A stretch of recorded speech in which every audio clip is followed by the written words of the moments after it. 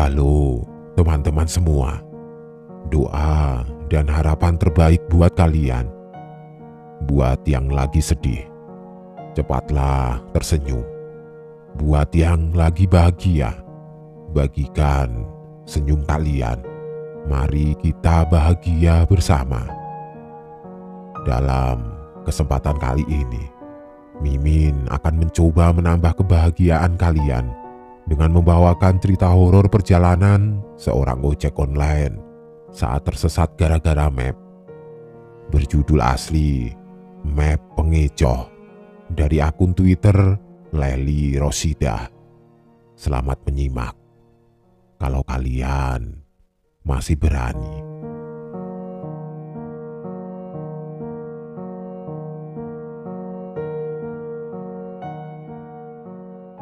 Belok kiri.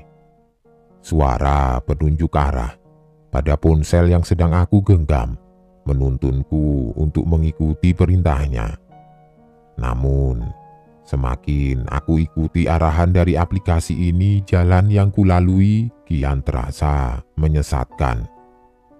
Aku pun mendengus lesu, pasrah terdiam di atas motor dan menghentikan lajunya ketika petunjuk jalan pada ponsel mengarahkan pada sebuah jalan panjang dan sepi tanpa penerangan. Hanya lampu motor milikku yang menjadi satu-satunya cahaya penerangan di antara hamparan sawah luas di kiri kanan. Sementara jalannya berupa tanah tidak beraspal, mungkin cukup untuk dilalui mobil kecil atau kendaraan seperti motor dan becak saja. Kulihat waktu untuk memastikan ini belum terlalu gelap jika memang harus melalui jalan itu. Pukul 21:15. Pantas saja, mata ini sudah terasa berat dan penat, sebab aku sudah berangkat sejak pukul 9 pagi ini. Apalagi pekerjaan yang harus kulalui dengan menerpa angin di jalanan kadang membuat mataku lelah dan memerah. Kutelusuri pandangan ke seluruh tempat. Sejauh mata memandang, tidak kulihat bergerakan satupun manusia di sini. Senyap, seperti berada di tanah antah berantah. Aku mulai bimbang. Haruskah ku teruskan pengantaran paket ini, atau mengcancel orderan dan berbalik kembali ke jalan raya? Ku sentuh kantong kresek putih yang tersampir pada gantungan barang pada motor di antara sela pahaku. Sudah hampir mendingin. Kalau saja makanan belum terlanjur ku pick up, mungkin aku bisa meminta customer untuk mencari driver lainnya. Namun kini sudah terlambat. Barang sudah ada di tangan, dan mau tidak mau aku harus menyelesaikan jika ingin mendapat imbalan. Kurang lebih 1 jam yang lalu, mengantri di sebuah depot makanan, dan sekarang harus melalui jalan yang tidak pernah kulalui sebelumnya. Sungguh terasa merepotkan, pikirku. Jika saja bukan karena komisi yang cukup menggiurkan, tidak mungkin aku rela berjam-jam menghabiskan waktu. Kulihat lagi layar dan membuka aplikasi kurir pada layar ponsel. Sebuah angka yang tertera lagi-lagi menjadi semangat untukku. Rp35.000. Jarang sekali aku mendapatkan komisi sebesar ini untuk sekali pengantaran sebelumnya. Dari pagi sampai petang begini, aku baru mengumpulkan 42.000 saja. Itu pun untuk 3 kali orderan. Pikirku, jika mengambil paket ini, aku akan segera pulang dan bisa memberikannya pada istri untuk membeli beras. Aku ingat ketika akan berangkat pagi tadi, ia bilang beras hanya cukup untuk dimakan hari ini saja, sedangkan esok tidak ada persediaan apapun untuk mengganjal perut kami. Kutekan nomor pemesan untuk menelpon, berharap mungkin dia bisa memberi alternatif jalan lain yang sekiranya tidak terlalu ekstrim seperti yang terlihat di depan mataku sekarang. Meski harus memutar sedikit jauh tidak apa bagiku, asal tidak melalui jalan gelap di depan dan bisa secepatnya menyelesaikan orderan agar sampai ke tempat tujuan. Namun, hanya ada suara dengungan beberapa kali yang kudengar tanpa ada jawaban. Sekali, dua kali, ku coba kembali, tetapi tidak ada hasil. Kalau sudah pesan, harusnya pantengin HP-nya dong, Bu, biar kita tidak kelimpungan cari alamat. Menyusahkan saja, gerutuku sendiri kesal, menatap kontak chat pemesan.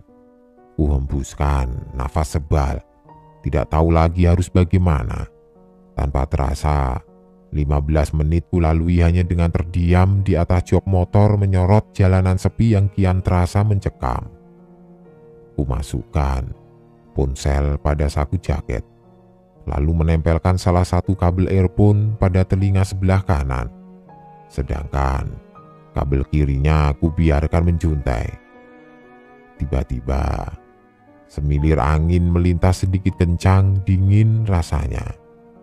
Kurapatkan jaket hijau dengan logo huruf G hitam pengantaran paket ini. Aku mulai bergidik, mengitari pandangan ke berbagai sudut.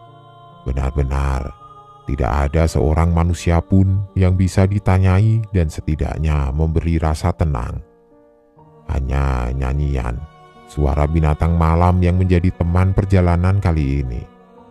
Kusiapkan diri dan mental dengan menghembuskan nafas, lalu mengusap kedua jemari dengan menggosokkannya. Padahal jari-jari sudah terbungkus sarung tangan. Akan tetapi, dinginnya udara pada malam hari ini serasa menelusup hingga ke tulang-tulang. Menggigilkanku yang berada sendirian di hamparan sawah luas. Ku mulai memutar kunci motor, menekan tombol starter untuk menghidupkan mesin motor matic hitam yang selalu menjadi teman setia dalam pekerjaanku selama 2 tahun ini. Sejak diberhentikan dari pabrik pasca pandemi melanda. Perlahan, ku tarik gas motor dengan kecepatan lirih normal. Sebab permukaan jalan yang tidak rata. Aku merasa bagai manusia buta yang berjalan dengan meraba, tidak tahu arah. Hanya bermodalkan cahaya lampu motor dan aplikasi penunjuk yang ku percaya sepenuhnya saat ini. 30 meter lagi, belok kanan, suara wanita pada earphone yang sedang ku dengarkan membuatku bernafas lega. Tinggal beberapa jejak lagi aku akan sampai pada tujuan.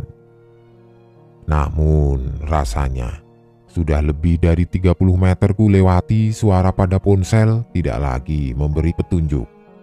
Bahkan beberapa menit berlalu cukup lama.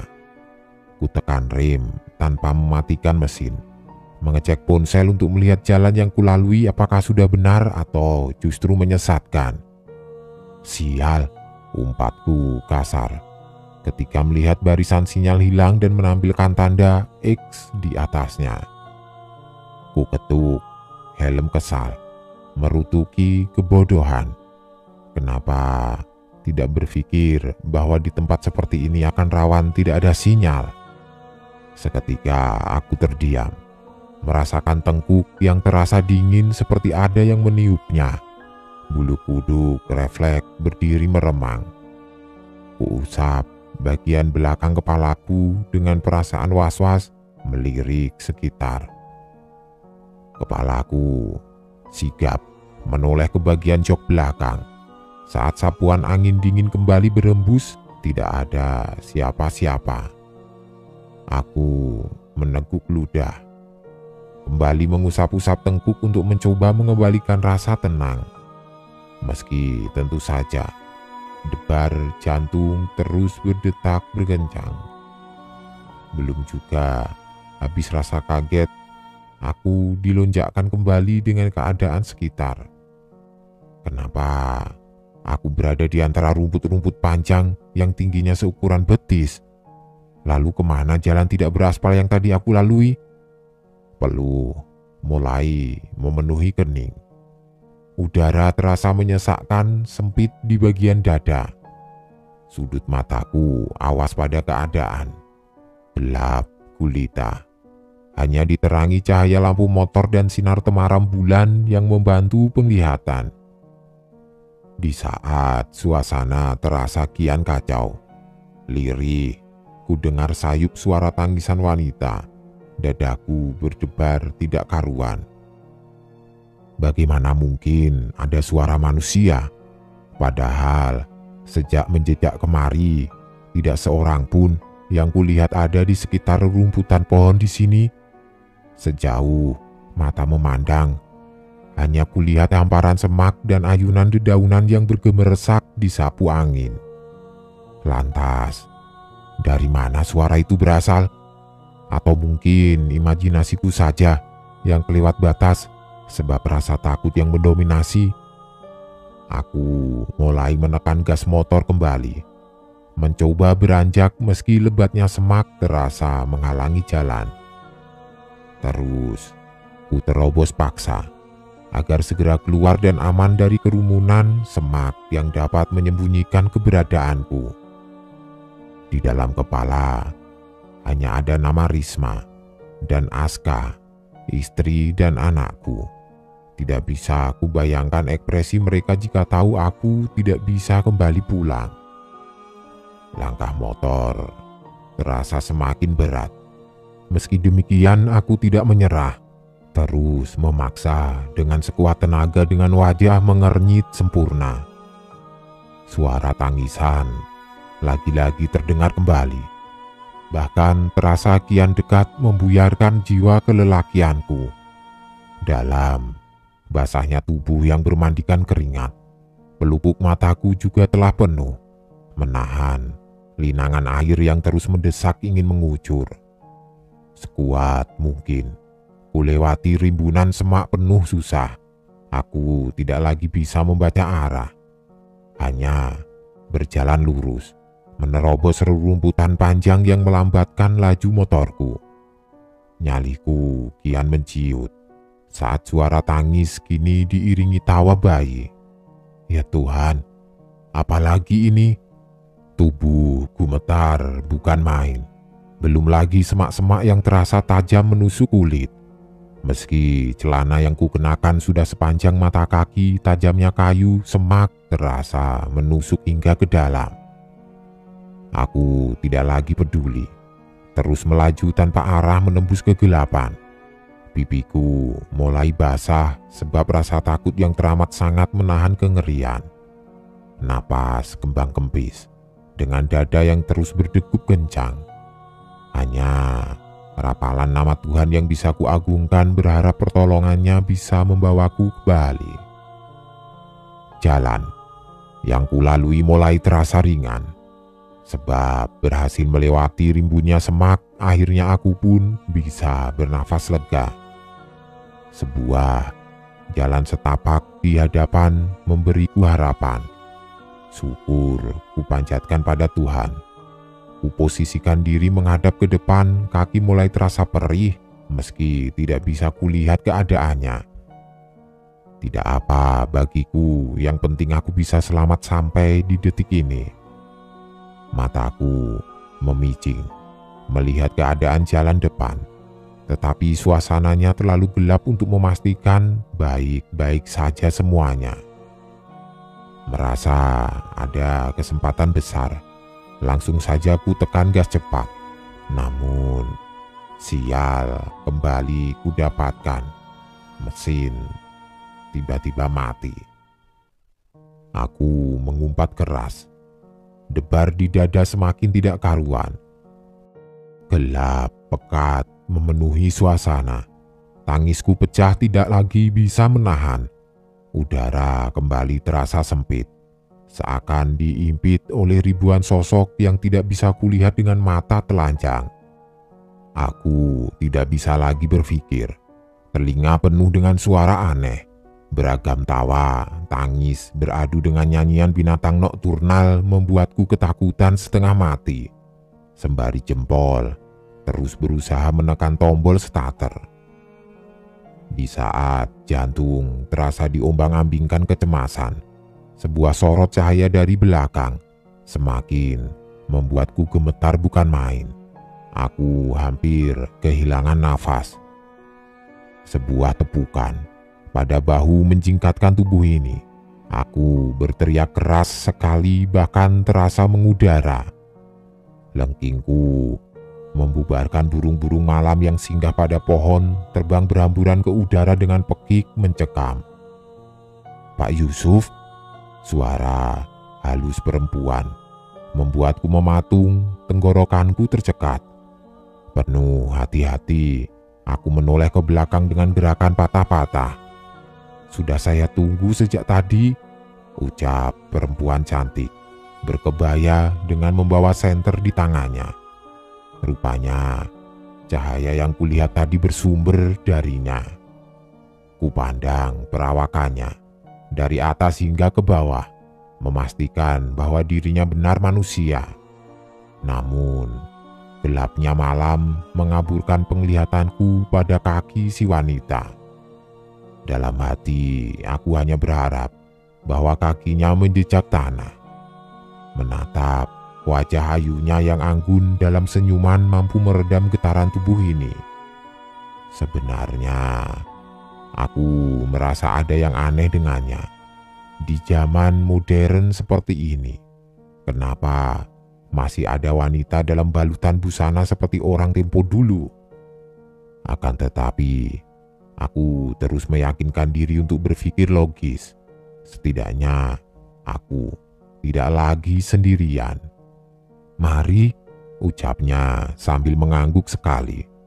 Segera ku usap kasar pipi yang sedari tadi basah. Malu rasanya. Ku tuntun motor untuk mengikutinya. Sampai pada sebuah rumah, badanku mulai tenang. Segala syukur ku panjatkan dalam hati. "Duduk dulu, Pak. Saya ambilkan minum." Aku mengangguk sopan dan membiarkannya berlalu. Beberapa menit aku menunggu. Ia pun kembali dengan segelas teh hangat. Tanpa perlu permisi, segera ku teguk isinya hingga tandas. Tenggorokan yang sedari tadi kering kini basah sudah. "Saya numpang istirahat sebentar ya." Wanita itu mempersilahkan. Ku selonjorkan kaki yang penuh luka sembari menyandarkan tubuh pada kursi rotan. Penat rasanya. Hingga tanpa sadar aku terpejam. Sebuah timpukan benda kecil membangunkanku. Ku buka mata dengan perlahan dan mengernyit. Rupanya aku telah tertidur hingga pagi. Kutemukan beberapa batu kecil berserakan di sekitarku. Mungkin benda inilah yang mengusik tidurku. Suara beberapa orang membuat mataku membuka lebar-lebar. Siapa mereka? Kepalaku mendongak untuk melihat mereka. Dari balik pagar berkarat, beberapa manusia melambaikan tangan padaku. Kutegakkan tubuh untuk menyadarkan diri sepenuhnya. Dahiku mengerut saat mendapati diri tertidur di atas sebuah batu besar. Suasana tidak lagi gelap. Rupanya aku benar-benar tertidur semalaman. Sadar, banyak orang yang meneriaki aku berjalan terhuyung mendekat dengan menahan rasa perih pada kaki. "Mas, sampean kok bisa masuk ke dalam rumah yang sudah 20 tahun dikunci?" Salah satu pria di balik pagar berkata demikian, yang membuatku seketika linglung dan tidak mengerti. Mataku sigap menoleh ke belakang, menjelajah ke sekitar. Motorku masih berdiri di depan teras rumah yang hampir roboh tidak terawat. Bagaimana bisa?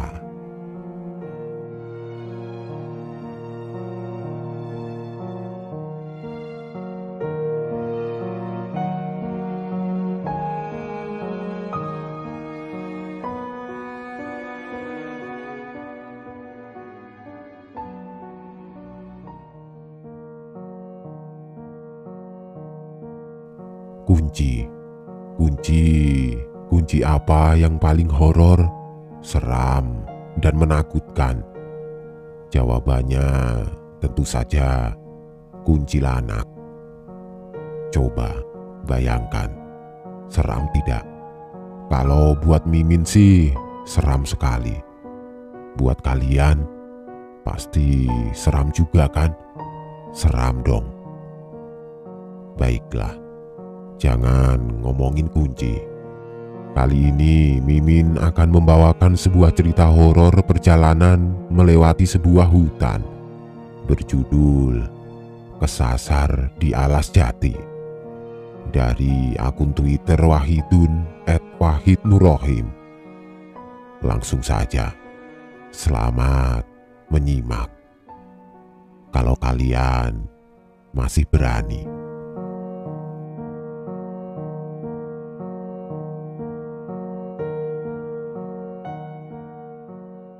Kali ini aku mau menyampaikan sebuah cerita yang dimana ini adalah kisah dari Mas yang sebut saja namanya Hirman.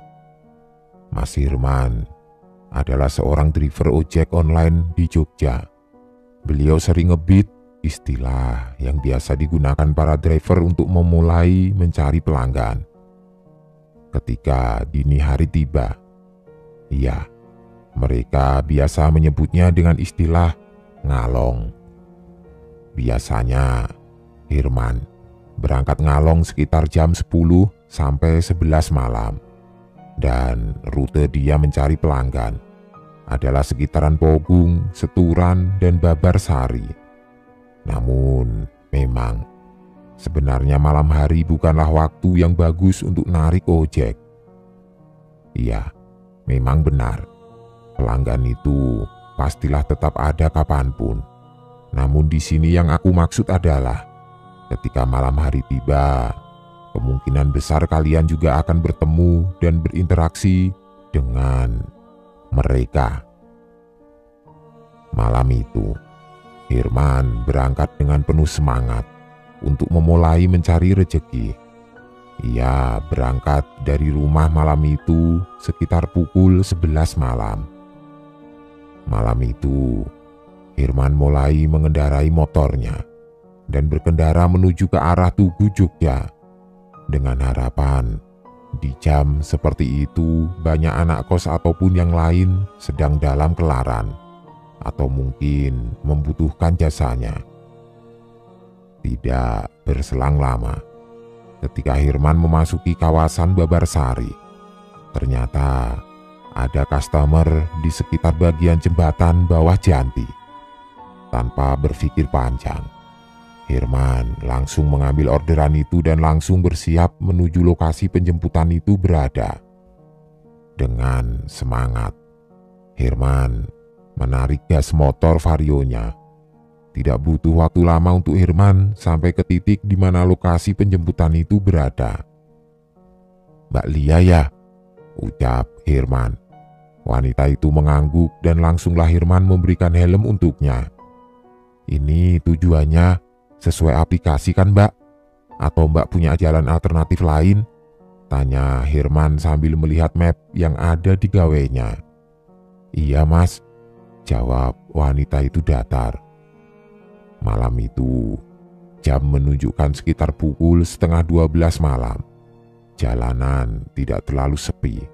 Namun entah mengapa Mas Hirman merasa merinding kala itu. "Mbak, ini beneran tujuannya ke Wonosari?" tanya Hirman lagi, memastikan bahwa pelanggan ini tidak salah tujuan. Karena bisa dibilang jarak dari jembatan Janti menuju Wonosari cukup lumayan jauh. Ya, kurang lebih bisa ditempuh dengan waktu 45 menitan. "Iya Mas, benar. Ini barangnya sudah tidak ada yang ketinggalan ya Mbak?" tanya Hirman. "Enggak Mas," jawabnya. Mendengar sudah tidak ada lagi yang tertinggal, Hirman langsung tancap gas menuju lokasi tujuan dari Mbak Lia. Ketika Hirman sudah sampai di daerah perempatan Ring Road Ketandan, tiba-tiba Hirman teringat bahwa ketika ia mau menuju ke Wonosari, ia juga harus melewati Alas Ik yang sudah sangat terkenal dan sering terjadi hal-hal mistis di sana. Namun, karena malam itu ia baru mendapatkan customer satu, jadi apa mau dikata, Herman harus mengambilnya. Daripada tidak ada uang untuk membeli kebutuhan esok hari, pikirnya kala itu. Malam semakin sunyi, apalagi ketika ia sudah memasuki kawasan Jalan Wonosari. Sebagai pelepas rasa kantuk, Herman sesekali mengajak ngobrol Mbak Lia yang nampaknya kala itu ia juga sedang asik bermain telepon genggamnya. "Mbak Lia, dari mana ini? Kok tumben jam segini baru balik ke rumah?" "Saya kerja di salah satu toko besar yang ada di daerah Janti, Mas. Ini tadi karena ada keperluan mendadak, makanya saya jadi pulang jam 11. Ucapnya sambil terus menatap telepon genggam. "Wah, jam segini itu rawan kejahatan loh, Mbak. Mbok besok kalau mau pulang itu mending paginya saja sekalian, atau malah mending jangan pulang dulu. Ya, mau gimana lagi, Mas? Saya anak sematawayang, jadi selain bekerja juga menjaga orang tua. Capek sih, Mas, tapi mau bagaimana lagi?" Tidak terasa, mereka sampailah di gerbang pintu masuk ke daerah Gunung Kidul. Di sana entah mengapa, tiba-tiba perasaan Herman menjadi sedikit gundah. Padahal ia sudah sangat sering melewati kawasan ini. Namun entah mengapa, malam ini rasanya begitu berbeda dari biasanya. Tanpa berpikir panjang, Herman langsung tancap gas saja malam itu. "Tolong pegangan agak kenceng ya, Mbak.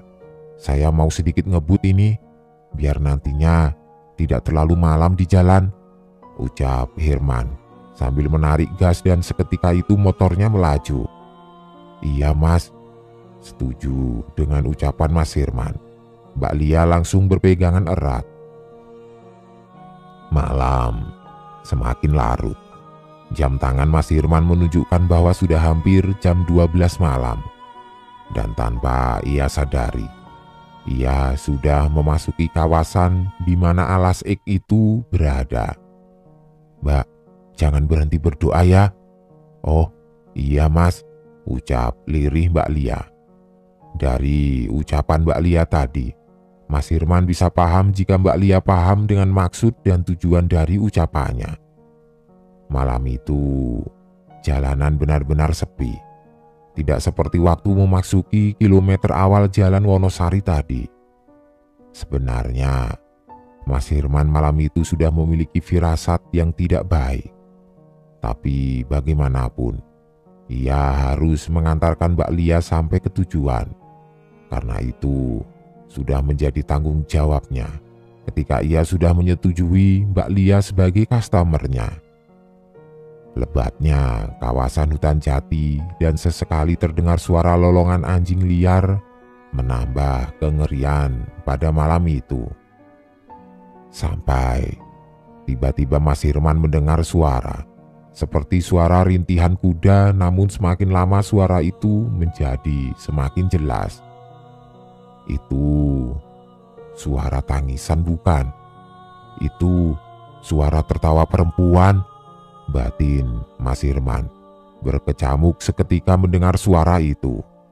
"Mbak, sampean dengar suara tadi itu mboten?" "Iyo, Mas, arahnya dari sebelah kanan kan?" balas Mbak Lia dengan nada sedikit bergetar karena ketakutan. "Sudah, Mbak, pegangan yang kenceng saja. Semoga saja dia tidak menampakkan wujudnya.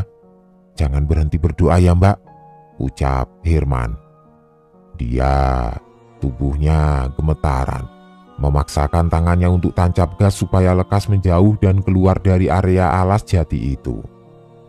15 menit kemudian, akhirnya mereka berhasil keluar dari kawasan itu.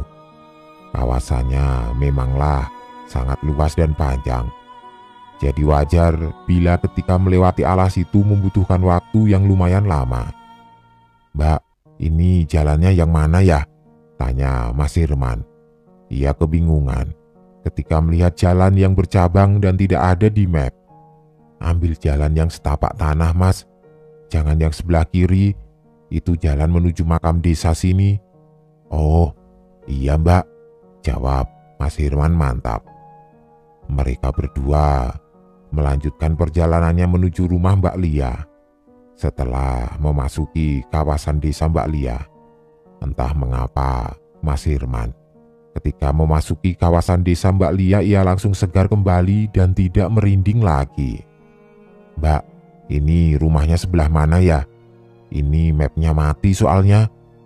"Itu Mas, rumah samping musola, rumah yang berwarna hijau," ucap Mbak Lia sambil mengacungkan jarinya. "Oh iya Mbak, saya sudah lihat," balas Mas Hirman. Sampailah mereka di rumah Mbak Lia. Kondisi rumah Mbak Lia memanglah tidak begitu jauh berbeda dengan rumah yang ada di kota. Ya, memang karena rumah Mbak Lia ini berada pada kawasan perumahan yang belum lama dibangun. "Terima kasih ya Mas," ucap Mbak Lia sambil menyodorkan selembar uang 100 ribuan. "Wah, ini kelebihan Mbak," ucap Hirman sambil menatap uang yang diberikan oleh Mbak Lia. "Sudah Mas, ambil saja sisanya. Aku malahan yang harus berterima kasih dengan Masnya karena sudah mau nganterin di jam segini," balasnya. "Alhamdulillah, terima kasih ya Mbak. Semoga rezekinya semakin dilancarkan." "Amin. Mas, yakin berani lewat tempat tadi malam-malam begini? Ini sudah jam 12 lebih loh Mas. Kalau Mas nggak berani, tidur di rumahku saja tidak apa-apa Mas. Bapak juga pasti ngebolehin. Bapakku kebetulan juga seorang ketua RT Mas," ucap Mbak Lia. Mbak Lia saat itu merasa khawatir dengan Mas Hirman jika ia harus melewati alas jati itu lagi. "Wah, terima kasih atas tawarannya Mbak. Tapi tidak apa-apa kok Mbak. Aku mau kembali ke Jogja saja. Istri dan anakku menunggu di rumah," balas Mas Hirman. Seketika itu juga Mas Hirman bergegas kembali ke Jogja. Sebenarnya Mas Hirman saat itu takut untuk kembali melewati alas itu. Tapi mau bagaimanapun, jalan itu adalah jalan satu-satunya. Jadi mau tidak mau harus lewat ke sana. Jarak dari Jogja menuju rumah Mbak Lia terbilang tidak terlalu jauh, sekitar 45 menitan saja. Itu tadi ketika berangkat. Tapi kali ini berbeda. "Waduh, ini sudah masuk alas ik lagi," umpat Mas Hirman dalam hati ketika mulai memasuki kawasan hutan jati. Kawasan hutan jati itu sangat minim penerangan. Walaupun jalanannya masih terbilang baru, tapi entah mengapa untuk sarana penerangan jalan di sini masih sangat minim. "Ah, jalannya kok beda ya?" ucap Mas Hirman. Kala itu ia tiba-tiba menjumpai pertigaan ketika melewati alas jati itu. Padahal tadinya ketika berangkat jalan itu sama sekali tidak ada pertigaan. Akhirnya Mas Hirman memutuskan untuk memilih sisi sebelah kiri, di mana di sana jalanannya tidak jauh berbeda dengan jalan yang tadi ia lewati. "Sudahlah, ambil jalan ini saja. Semoga enggak kesasar," ucapnya dalam hati sambil berbelok ke arah kiri mengikuti jalan yang sudah ia pilih. Tidak berselang lama, setelah Mas Hirman memasuki jalan itu, tiba-tiba suara rintihan itu terdengar kembali. "Astagfirullah," refleks Mas Hirman. Bulu kuduk Mas Hirman seketika itu juga langsung berdiri.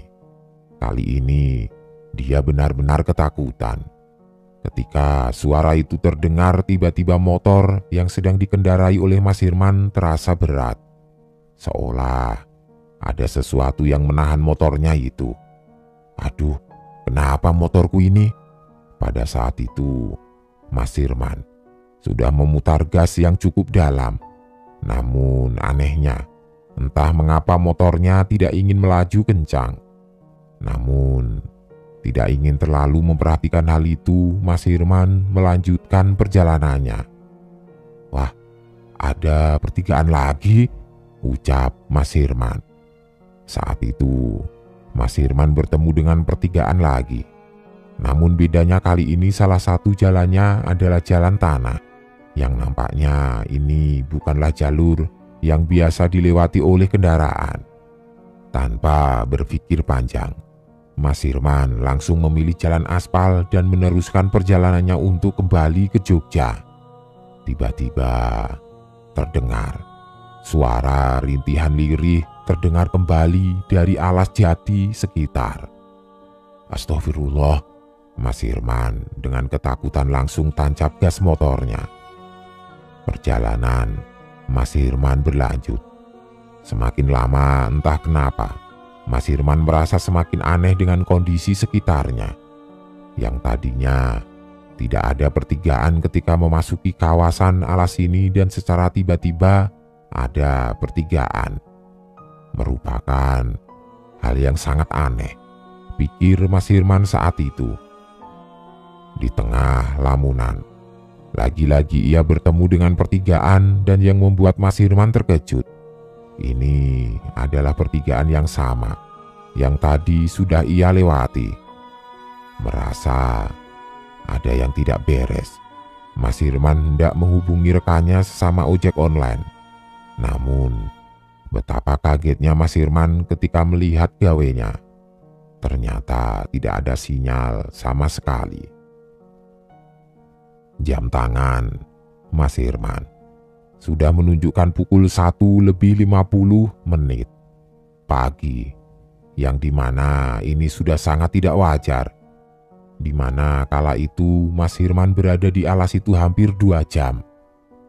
Merasa ini sudah tidak beres, Mas Firman memelankan kendaraannya dan membuka kaca helmnya, dengan harapan semoga saja ia akan bertemu seseorang yang bisa membantunya.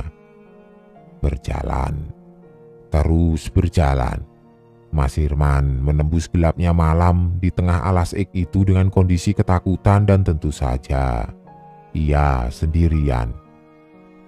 Tibalah Mas Firman di area pesawahan. Anehnya, ini adalah perbukitan kapur dan tadi pun waktu berangkat Mas Firman sama sekali tidak melihat ada sawah di area hutan jati ini. Namun entah mengapa, ia tiba-tiba berada di area sawah yang tidak jauh dari sana ada jembatan kecil. Dan di sana ada siluet seseorang yang sedang duduk di atas jembatan itu. Mas Firman dengan semangat menuju ke jembatan. Dan benar saja, di sana ada bapak-bapak sedang duduk di atas jembatan.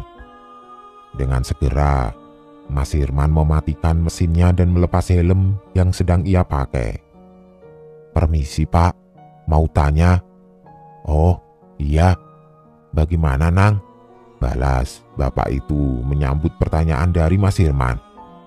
"Mohon maaf Pak, mau tanya, kalau jalan menuju ke kota Jogja itu sebelah mana nggih?"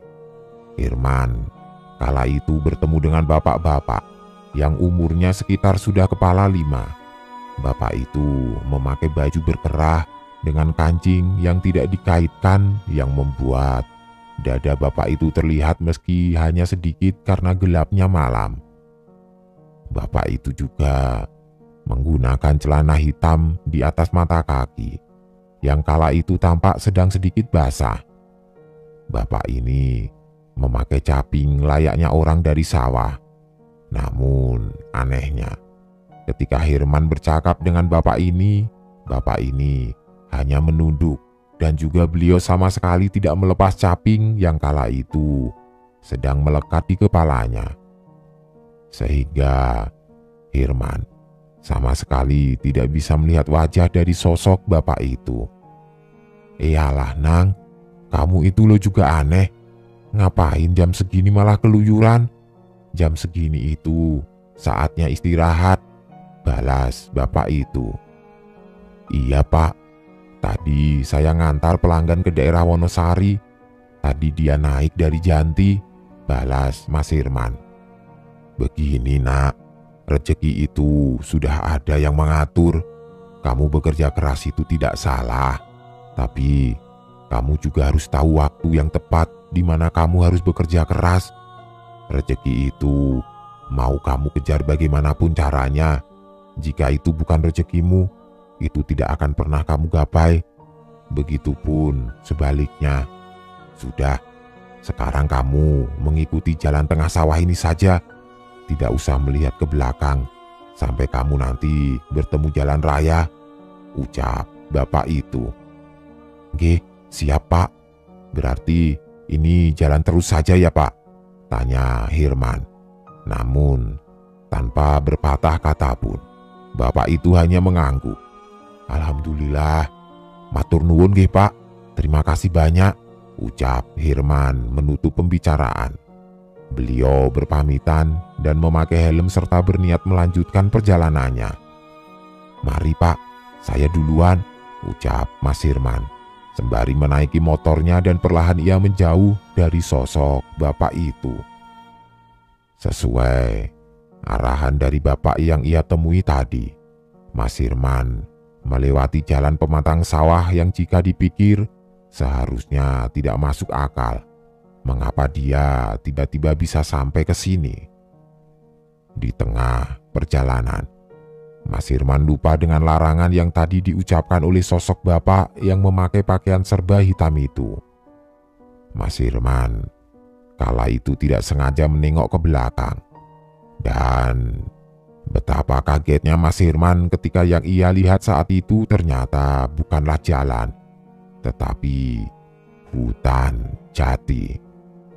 Dan di sana pula terlihat sosok perempuan dengan pakaian putih lusuh tengah berdiri di bawah pohon jati sambil tersenyum menyeringai ke arah Mas Hirman. Melihat hal itu, tiba-tiba pandangan Mas Hirman menjadi gelap dan ia pun tidak sadarkan diri. Keesokan paginya, ada seorang bapak yang kala itu tengah membawa keranjang berisi sayuran yang ia ingin jual ke kota. Sebut saja namanya Pak D Kemijo. Saat itu, secara tidak sengaja Pak D Kemijo melihat ada lelaki yang terkapar tidak sadarkan diri di pinggir jalan dan motor yang dalam keadaan menyala. Melihat ada orang yang membutuhkan bantuan, Pak D Kemijo lantas mendekati dan menyadarkan lelaki itu. Beliau memberikan sebotol air dan lelaki itu meminumnya dan langsung habis. Melihat lelaki itu sudah bisa diajak untuk berkomunikasi, beliau lantas bertanya tentang siapa dia dan dari mana. Kok bisa-bisanya dia tertidur di pinggir jalan dan di tengah hutan jati pula. Maaf mas, masnya ini dari mana atau mau kemana? Tanya Pak D Kemijo pada lelaki itu. Saya mau pulang pak, ucap lelaki itu. Lah, masnya mau pulang kemana? Sebelumnya maaf, masnya namanya siapa ya?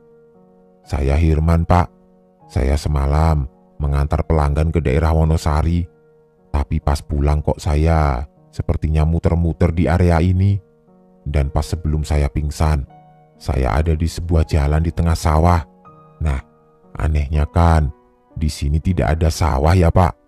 Jelas singkat pemuda itu.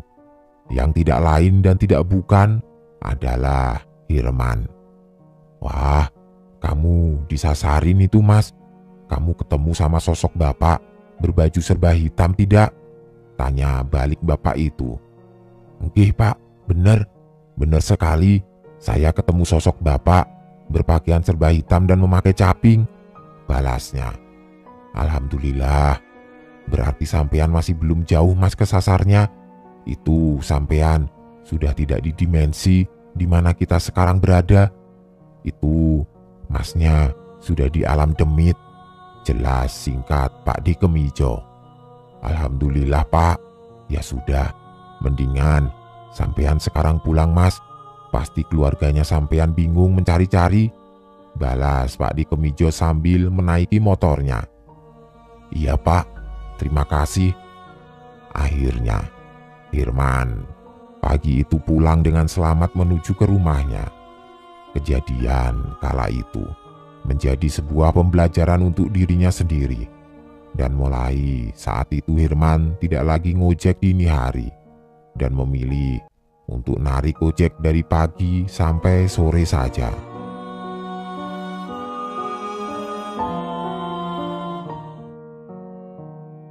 Perjalanan horor, driver taksi online, dan 3 orderan yang misterius. Sebuah cerita horor perjalanan yang akan Mimin bawakan khusus buat kalian hari ini. Dari akun Twitter @drgigi_bonkiong, berjudul asli Namaku Sinta. Oh iya, kalau kalian bagaimana? Pernah tidak mengalami kisah perjalanan yang horor, seram, menakutkan, mistis, penuh misteri? Kalau pernah, coba nanti tuliskan pengalaman kalian di kolom komentar. Sekarang, dengarkan dan simak baik-baik kisah horor perjalanan horor yang satu ini. Kalau kalian berani takut.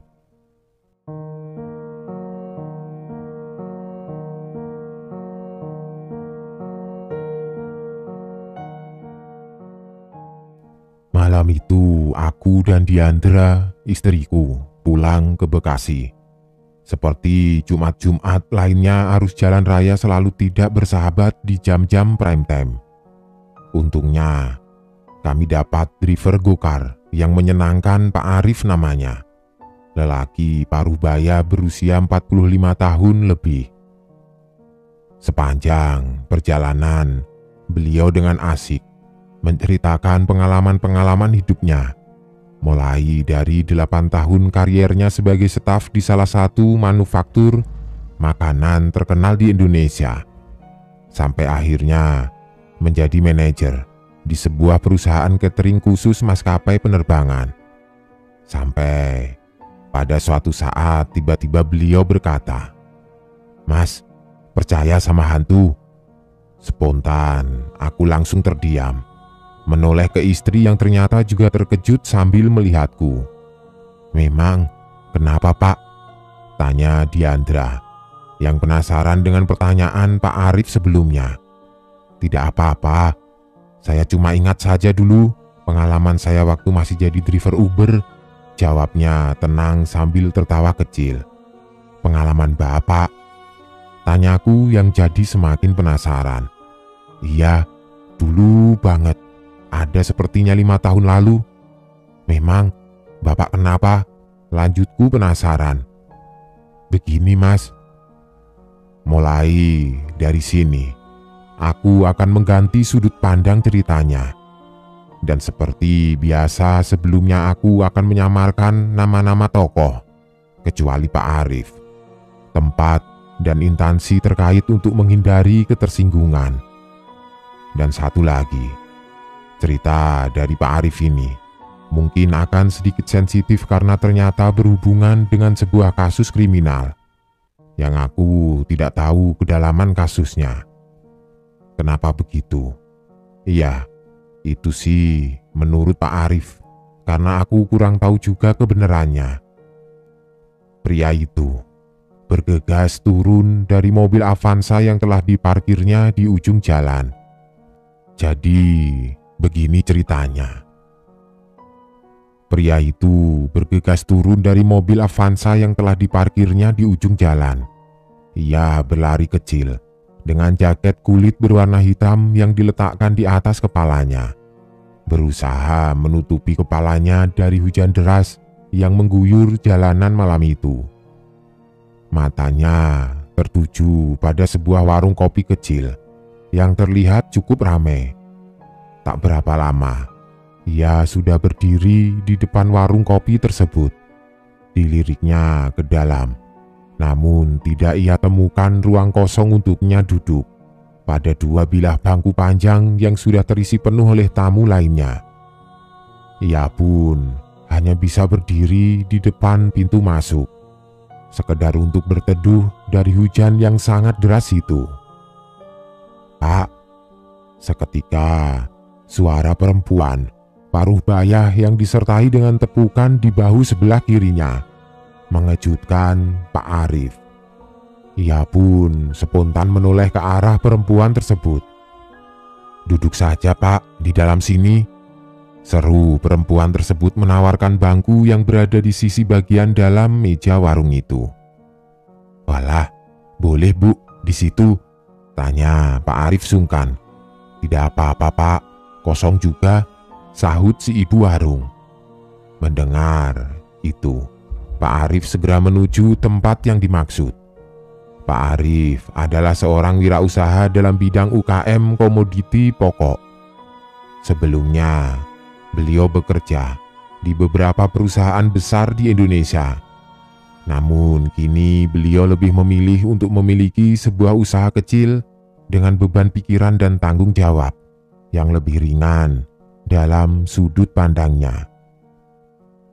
Terkadang juga beliau mengisi waktu senggangnya dengan menjadi sopir taksi online, seperti yang sedang ia jalani saat ini.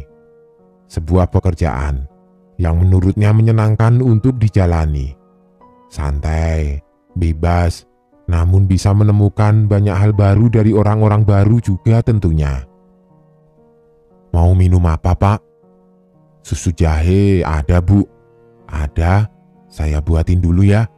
Pak Arif merogoh kantong celananya, mengambil HP Androidnya berniat mematikan sementara aplikasi taksi online miliknya.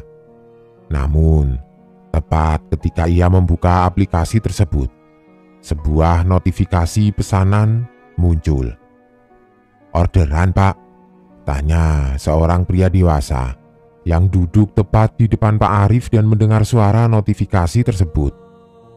"Iya nih Mas," jawab Pak Arif tersenyum.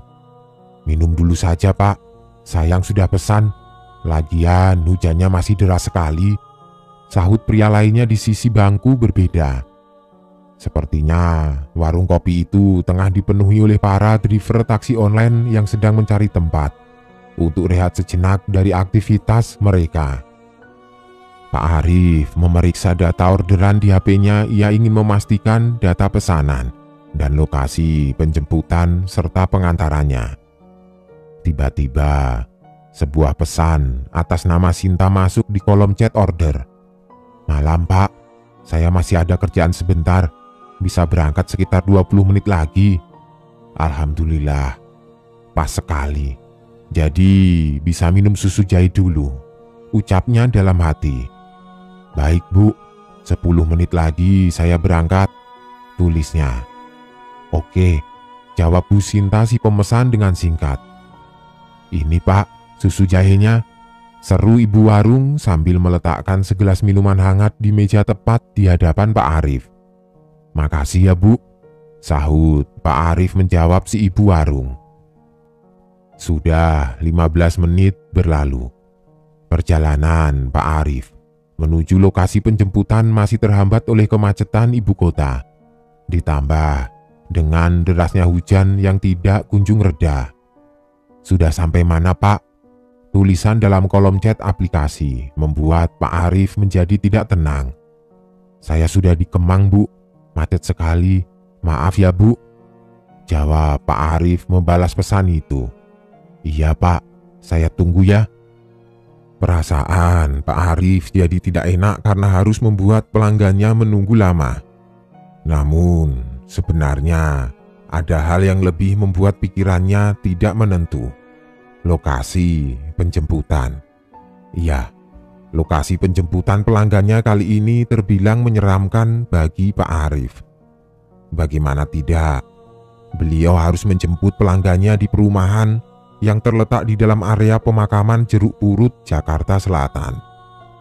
Namun, dedikasi tingginya mengalahkan perasaan ngeri si bapak. 15 menit berselang, mobil Pak Arif kini memasuki area parkir pemakaman. Ia mengarahkan mobilnya memasuki jalanan sempit di depannya dengan pelang penanda adanya perumahan di ujung jalan tersebut. Dengan rasa khawatir, ia melihat ke sisi kanan dan kiri memperhatikan tiap detailnya. Sebuah taman dengan ayunan yang tenang tidak bergeming di sisi kirinya. Di sisi kanan terlihat pepohonan rindang yang basah tersapu hujan yang semakin deras dan angin yang begitu kencang, membuat suasana saat itu semakin mencekam bagi Pak Arif. Ia tetap berusaha tenang. Dinyalakannya lampu jauh mobil. Terlihat ujung jalan yang memang sepertinya merupakan area perumahan. Bukan seperti perumahan biasa, hanya seperti pemukiman penduduk yang jumlahnya tidak terlalu banyak. "Saya sudah sampai, Bu," ketik Pak Arif pada kolom chat kepada pelanggannya. "Iya, Pak, saya keluar," balas pelanggan tersebut. Pak Arif segera menepikan mobilnya pada sebuah rumah yang dilihatnya cukup ramai. Sepertinya sedang ada pengajian di rumah tersebut. Beberapa orang yang keluar dari rumah itu mengenakan pakaian kerudung dan peci. Beberapa menit berlalu, namun tidak kunjung terlihat juga batang hidung sang pelanggan. "Bu, saya di depan rumah yang ada pengajiannya ya," tulis Pak Arif yang berusaha memberitahu posisinya kepada Bu Sinta. Namun, pesan Pak Arif kali ini tidak langsung dibalas seperti sebelum-sebelumnya. Sesekali Pak Arif menoleh pada sebungkus rokok Jisamsu yang tergeletak di atas dashboard mobilnya. Udara dingin oleh AC mobil dan hujan di luar rasanya akan sangat terbantu dengan isapan-isapan rokok favoritnya. Namun, ia mengurungkan niatnya setelah mendengar bunyi chat masuk. "Rumah mana, Pak?" tanya Bu Sinta pada kolom chat aplikasi. "Rumah yang lagi ada pengajian, Bu," balas Pak Arif. Namun, kembali, pesan Pak Arif tidak langsung dibalas oleh si pelanggan. Pak Arif melirik ke arah jam tangannya yang menunjukkan pukul 20:33. Merasa ini akan berlangsung lama, ia kemudian memundurkan sandaran tempat duduknya, melepaskan kopiah di kepalanya dan meletakkan kopiah tersebut menutupi wajahnya, berusaha untuk mengistirahatkan matanya sejenak. "Dok, dok, dok." Seketika, suara ketukan di kaca mobilnya mengejutkan Pak Arif. Ia pun terbangun dan mencari sumber suara tersebut. Dilihatnya seorang pria muda berdiri di sisi kiri kaca mobilnya sambil memegang payung yang melindungi pakaiannya dari hujan. Pak Arif membuka kaca mobilnya sedikit. "Nunggu orang, Pak?" tanya pria tersebut kepada Pak Arif. "Iya, Mas, nunggu customer ini," jawab Pak Arif. "Oh alah, driver online ya, Pak? Atas nama siapa pemesannya? Itu yang di dalam pada nunggu drivernya, biar saya coba tanyakan." "Atas nama Bu Sinta, Mas," jawab Pak Arif lagi. "Hah? Sinta? Sinta siapa?" "Sebentar, saya cek, Mas," sahut Pak Arif sembari langsung membuka kolom chat di aplikasi taksi online-nya. "Ini, Mas," ucap Pak Arif sambil menunjukkan nama pelanggannya kepada si pemuda tersebut. "Astagfirullah, ini mah nama orang yang ditahlilin, Pak," ucap pemuda itu dengan ekspresi terkejut. "Tahlilin?" tanya Pak Arif bingung. "Iya, Pak, ini itu sudah hari ketiga orang-orang pada tahlilan. Jenazahnya baru ketemu 3 hari yang lalu," jelas si pemuda itu. Tidak percaya dengan apa yang ia dengar, Pak Arif turun dari mobilnya, bergegas berlari ke depan rumah yang masih cukup ramai tersebut. Terlihat masih ada beberapa orang yang masih duduk-duduk di teras yang tertutup tenda. Ia berjalan menghampiri laki-laki tua yang sedang duduk sendiri. "Maaf Pak, numpang tanya," sapa Pak Arif kepada laki-laki tua tersebut. Laki-laki itu pun menoleh ke arah Pak Arif sambil menghisap rokoknya. "Ini yang meninggal siapa ya Pak?" lanjut Pak Arif menyambung pertanyaannya. "Anaknya Pak Dayat," jawab laki-laki tua itu singkat. "Namanya Pak?" tanya Pak Arif lagi. "Siapa ya lengkapnya?" "Panggilannya Mah, Sinta. Itu ada tulisan nama lengkapnya di samping pagar," jawab sang laki-laki tua sembari menunjuk pada sebuah plang tulisan di tembok di samping pagar rumah. Pak Arif segera berjalan menuju ke tempat plang tersebut usai mengucapkan terima kasih pada sang laki-laki tua. Dilihatnya nama yang tertulis di plang dari bahan kertas itu. Pak Arif kembali memeriksa HP-nya untuk memastikan nama yang tertulis dan benar saja. Namanya sama. Telah berpulang ke Rahmatullah, putri keponakan saudara kami yang bernama Sinta Widyastuti. Betapa terkejutnya Pak Arif membaca tulisan tersebut. Ia segera berlari kembali masuk ke mobilnya. Ia bergegas menyalakan mesin mobil dan pergi meninggalkan lokasi tersebut. Ia kembali menyusuri jalanan sempit yang ia lalui sebelumnya. Kondisi hujan yang tadi mulai reda, kini kembali deras. Angin pun kembali berhembus kencang seperti semula ketika ia menyusuri jalanan itu saat pertama kali datang. Aneh melihat taman yang tadi dilaluinya. Ayunan yang tadi diam tidak bergeming kini berguncang kencang tertiup angin. Nalarnya mulai berjalan. Kenapa ayunan itu tadi tidak bergeming saat dia datang? Padahal angin sama kencangnya seperti saat ini. Seolah ada yang mendudukinya.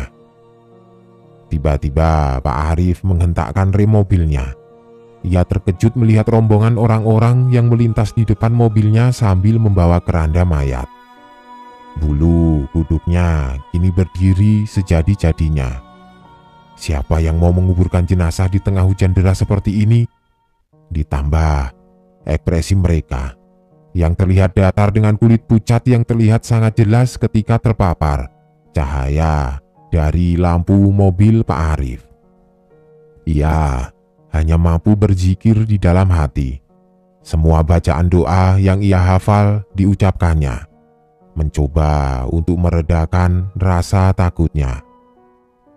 Seusai rombongan itu melintas, Pak Arif bergegas kembali menancapkan gas mobilnya meninggalkan komplek pemakaman tersebut dengan perasaan yang tidak menentu. Kurang lebih 30 menit Pak Arif berlalu meninggalkan komplek pemakaman tadi. Namun, keanehan masih saja berlanjut. Bahkan sampai saat ini Pak Arif masih berputar di sekitaran area Jeruk Purut. Ia berusaha mengarahkan mobilnya menuju ke gardu tol terdekat. Namun, selalu gagal.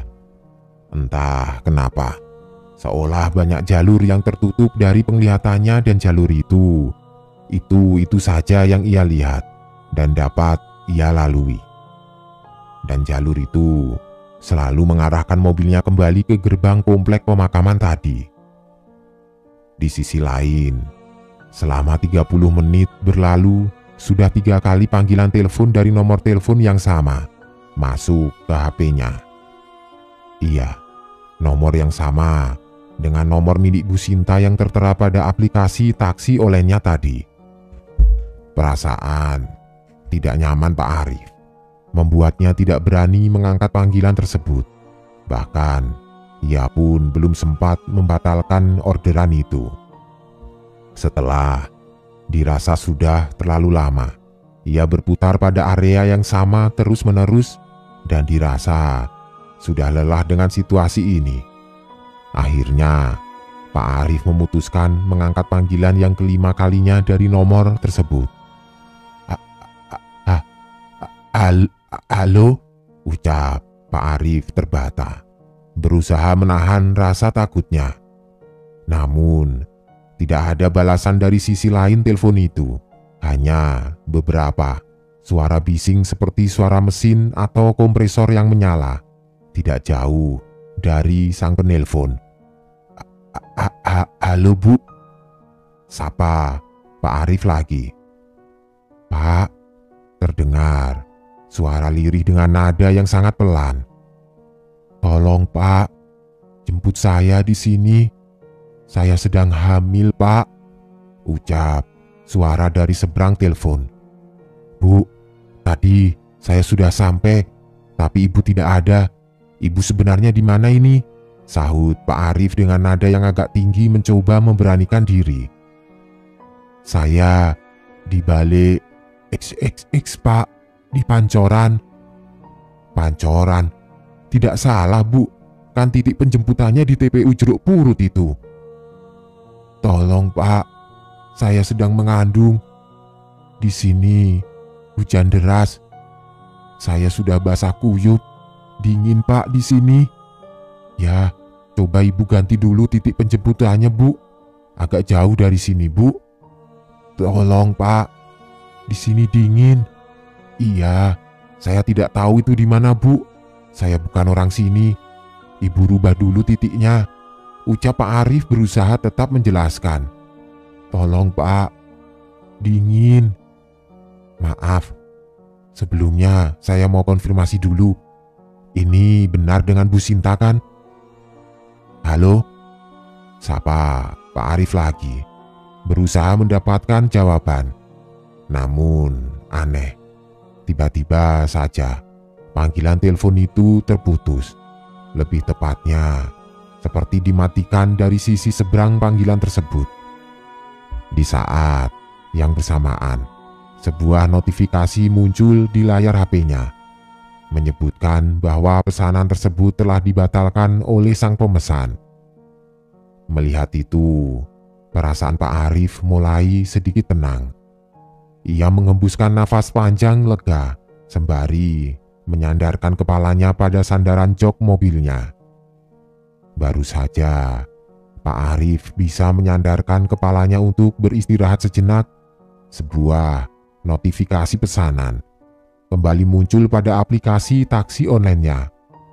Berharap mendapatkan order dengan tujuan yang searah pulang, Pak Arif justru tersentak seketika membaca pesan masuk dari si pemesan. Tertulis di kolom chat atas nama Novia. Malam Pak, tolong jemput saya di balik ek di Pancoran ya. Lokasi yang sama dengan lokasi yang disebutkan oleh Bu Sinta tadi. Tanpa pikir panjang, Pak Arif segera membalas. Maaf Bu, saya sudah off, tolong cancel saja. Namun, bukan pembatalan order yang Pak Arif dapatkan, malahan sebuah panggilan telepon dari nomor tidak dikenal. Pak Arif langsung menjawab panggilan itu, berharap dari sang pelanggan. Ia ingin meminta agar pesanan itu segera dibatalkan. Halo, sapa Pak Arif. Pak, entah kenapa, seketika saja bulu kuduk Pak Arif berdiri mendengar suara tersebut. Suara lembut seorang perempuan yang terdengar lirih dengan nada yang sangat pelan. Mirip sekali dengan cara bicara pelanggan sebelumnya. Hanya saja suaranya berbeda. Iya Bu, jawab Pak Arif terbata. Tolong jemput saya ya Pak. Saya tunggu, ucap perempuan di seberang telepon. Bu, maaf, posisinya terlalu jauh, jelas Pak Arif pada perempuan itu. Tolong Pak, saya lagi hamil. Hamil juga? Yang benar saja, dari tadi dapat penumpang seperti ini, keluh Pak Arif dalam hati. Maaf Bu Novi, saya belum sempat. Pak Arif melanjutkan, tiba-tiba panggilan itu pun terputus. Aneh, baru juga nyebut nama, Langsung di Gumamam, Pak Arif seketika terhenti. Ia baru menyadari dua pelanggan terakhirnya yang cukup aneh bin ajaib itu selalu memutuskan panggilan setiap kali nama mereka disebut. Sebuah hal yang tidak wajar, tidak normal, benar-benar di luar nalar Pak Arif. Ada apa dengan nama mereka? Beberapa menit berselang, lamunan Pak Arif kembali terpecah dengan notifikasi orderan baru di aplikasi taksi online atas nama Fitri. Tanpa pikir panjang, Pak Arif langsung mengetik pesan pada kolom chat. "Malam Bu Fitri," tulis Pak Arif, langsung menyebutkan nama sang pemesan untuk memastikan bahwa itu adalah order yang berbeda dari dua order sebelumnya. Namun, seperti dugaan Pak Arif, tiba-tiba saja pesanan itu dibatalkan. Setelah 3 kejadian pesanan aneh yang dialaminya itu, Pak Arif yang merasa harus mengistirahatkan mentalnya sejenak, akhirnya memutuskan untuk mencari sebuah warung kopi untuk menenangkan pikiran dan hatinya. "Mungkin bukan jin atau sejenisnya kali Pak," celetuk Diandra. Dengan tatapan matanya yang terlihat cukup penasaran memandang ke arah Pak Arif yang sedang menyetir.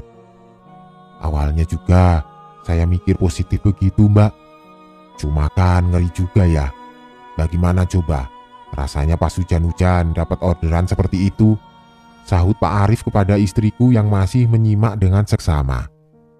"Tapi habis itu aman kan Pak?" tanyaku melanjutkan. "Nah itu dia Mas, pas saya baru mulai jalanin mobil lagi, tiba-tiba..." Baru saja mobil Pak Arif berjalan, tiba-tiba terdengar kembali sebuah notifikasi dari HP Androidnya yang berada tepat di depannya.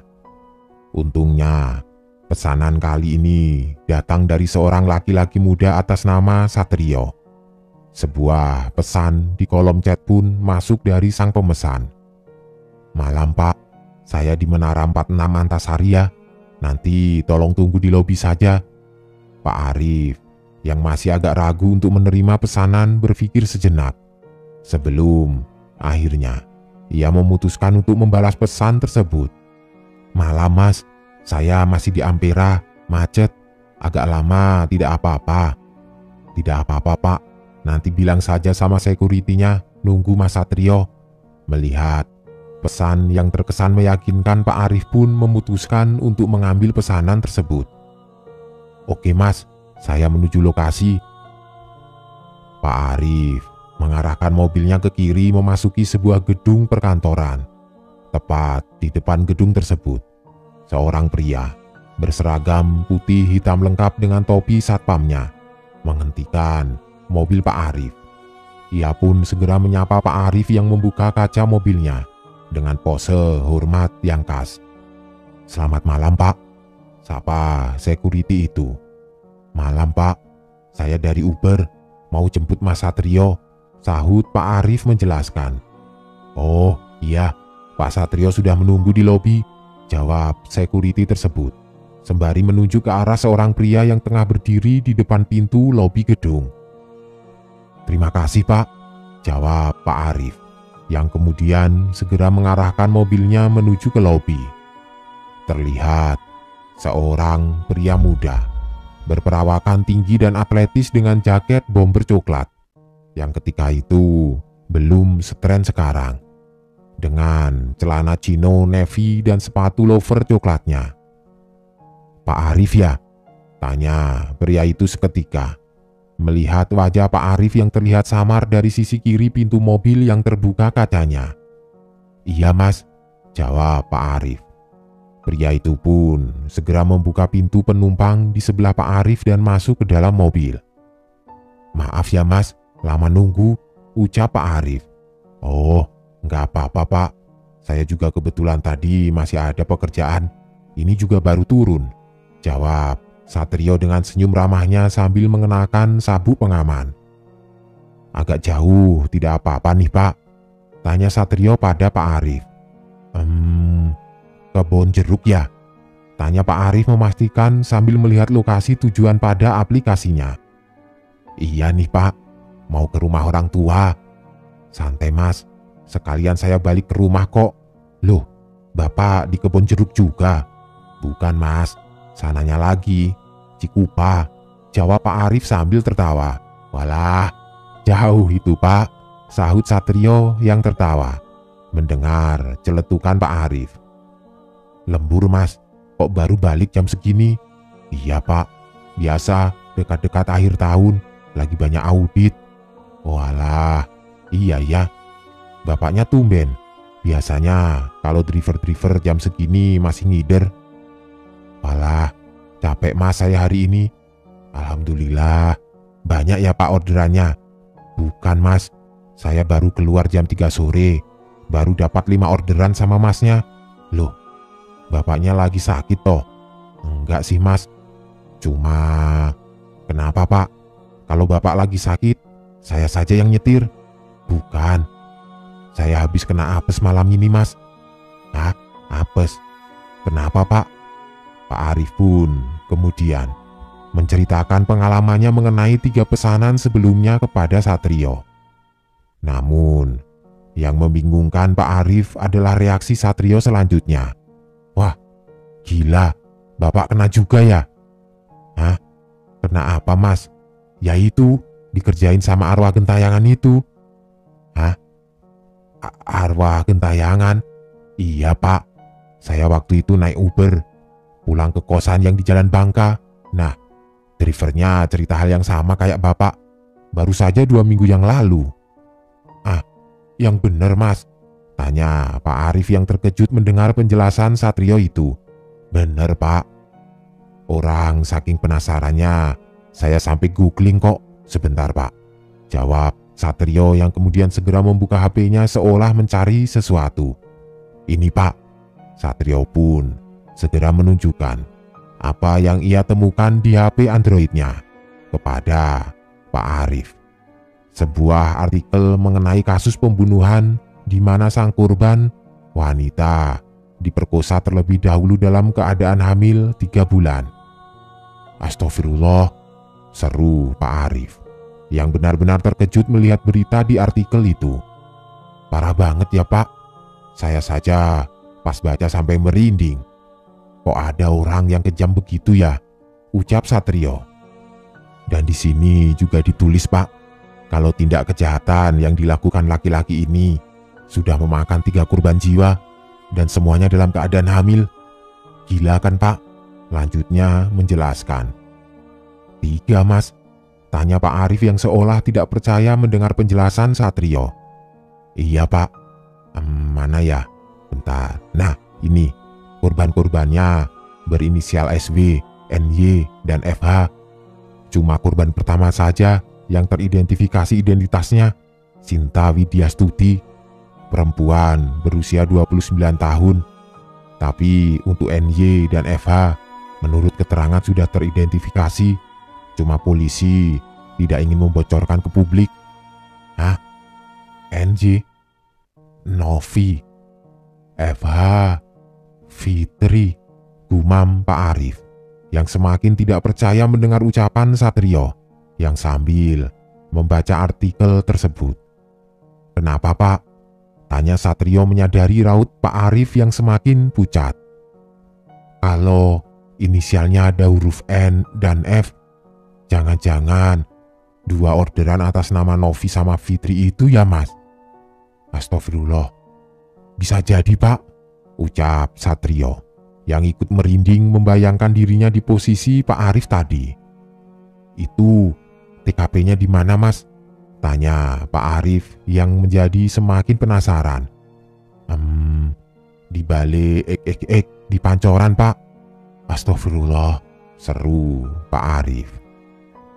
Ih, terus bagaimana Pak habis itu?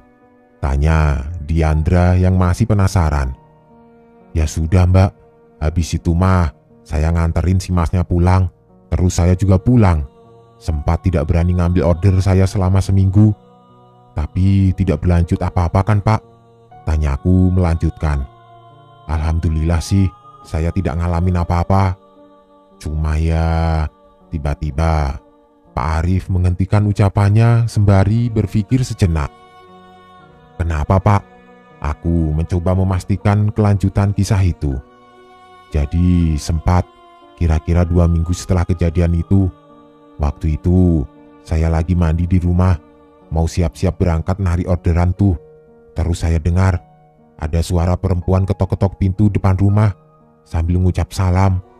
Tapi karena saya lagi mandi, ya saya biarin saja. Kan ada istri sama anak saya juga yang lagi libur di rumah. Tidak lama, kedengaran tuh dari kamar mandi, istri saya nyaut salam, terus membukakan pintunya. Terus pas istri saya tanya nyari siapa, tamunya bilang nyari saya. Ditanya lagi tuh sama istri saya dari mana. Katanya namanya Sinta. Waduh, saya langsung diem lama di kamar mandi sampai dia pergi. "Ah, serius, Pak?" tanyaku. "Serius, Mas." Begitu udah pergi, saya baru keluar kamar mandi. Terus pas istri saya nanya Sinta itu siapa, akhirnya saya cerita saja. Terus saya kasih lihat deh artikel yang dikasih lihat sama Mas yang waktu itu. Tapi alhamdulillah sih setelah itu aman, tidak ada apa-apa lagi. Tapi serem juga ya, Pak, kalau ngalamin seperti itu. Ya namanya driver online, Mas, pasti ngalamin yang kayak gitu-gitu mah. Teman-teman saja banyak yang cerita aneh-aneh begitu, ucap Pak Arif menjelaskan.